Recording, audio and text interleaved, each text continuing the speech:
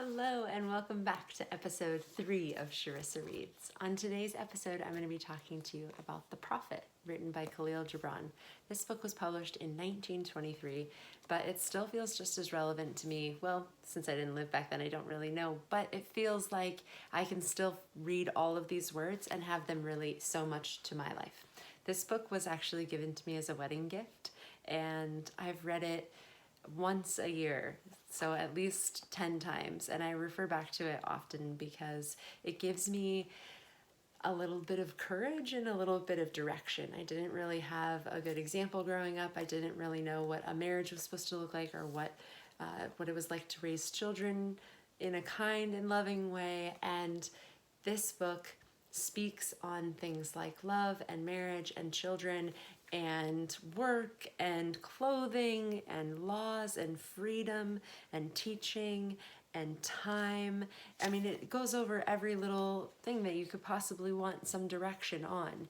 And it starts out with a man who's been actually imprisoned in this town for 12 years, and he's about to leave this place, and he sees his ship in the distance and he knows that it's his time to go. But in the time that he's been in this place, he's fallen in love with the town and the people of the town, and he's an artist and a poet, and he's shared his art with this town, and so he's feeling kind of bittersweet, like I have to leave this place, but I've grown to love these people. But it's also was a jail to him, so he's having the opportunity to be free finally. And so he knows his ship is coming and he is leaving the town, but as he's leaving, the people of the town that he's loved start coming up to him and asking him questions. And that's how these questions about life get answered, and love and marriage and children, because he's walking through the town and answering the questions of the people that he's fallen in love with in this place. Even though he's ready to go, he's wants to leave one last mark on the place that he's leaving. So he's spreading his message and his philosophy throughout the town as he goes. And he speaks on love and he speaks on marriage.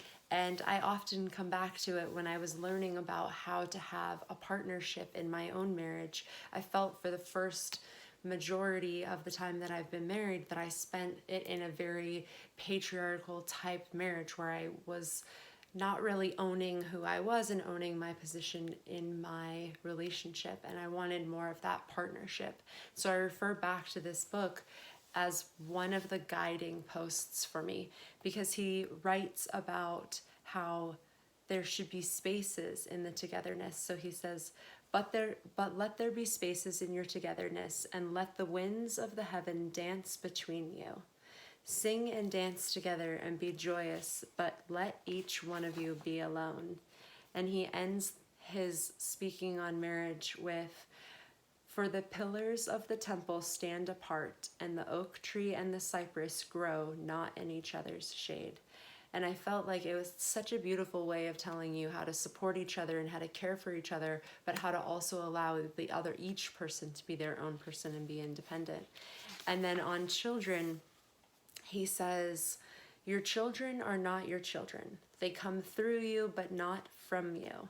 You may give them your love, but not your thoughts, for they have their own thoughts. And he goes on to talk about how you are the bows from which your children as living arrows are sent forth. And he ends, for even as he loves the arrow that flies, he so loves the bow that is stable. So he's teaching about how children are this thing, that these beautiful human beings, these entities, these life forces that come through us. And it's, as a parent myself, it's so hard not to want to give them all the advice and tell them everything to do and just give them their direction in life, where really they are their own person. And I've had to learn that they really are kind of the arrow that comes through me, and I'm the bow, and I get that experience and I get to have that love, but then they are their own people. So this book, written in 1923, I guess almost 100 years ago, what is that, 97 years ago, and it's teaches about all of the different aspects that we could use a little bit of guidance on. So this book I actually keep right next to my bed. I'm sitting in my bed to do this video because I keep it right here all the time, just for that little extra bit of guidance or just the little bit of support from someone who's just giving loving advice, because he's leaving this place that he has grown affectionate for and has affection for, and he has affection for these people, and he doesn't want to just leave and never have left his mark. And he knows and he realizes that the more people talk about you and the more people share your words, the more you stay alive in that area. So he's sharing his message and he's sharing this guidance in order for his own legacy to go on, but also just to give everybody that little bit of, like those directions, those goalposts, okay, this is what love feels like or looks like. This is what freedom looks like. This is how you should have the different type of clothing that you should wear, how you should take care of yourself.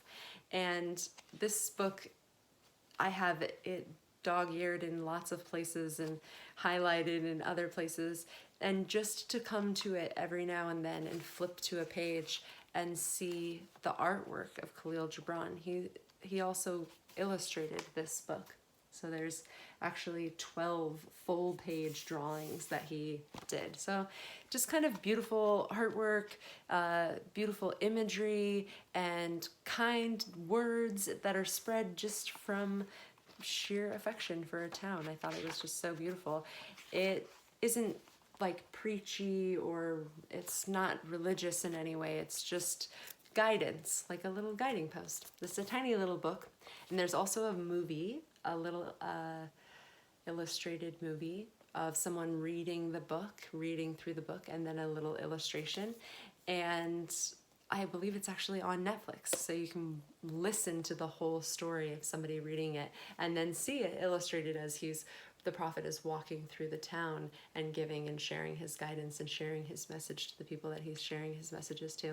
So just a lovely little book of poetry, and something to kind of keep next to you and pull out anytime you need that little bit of extra guidance or support in pretty much every area. The table of contents will show that love, marriage, children, giving, eating and drinking, work, joy and sorrow, houses, clothing, buying and selling, crime and punishment, laws, freedom. I mean, it's all here.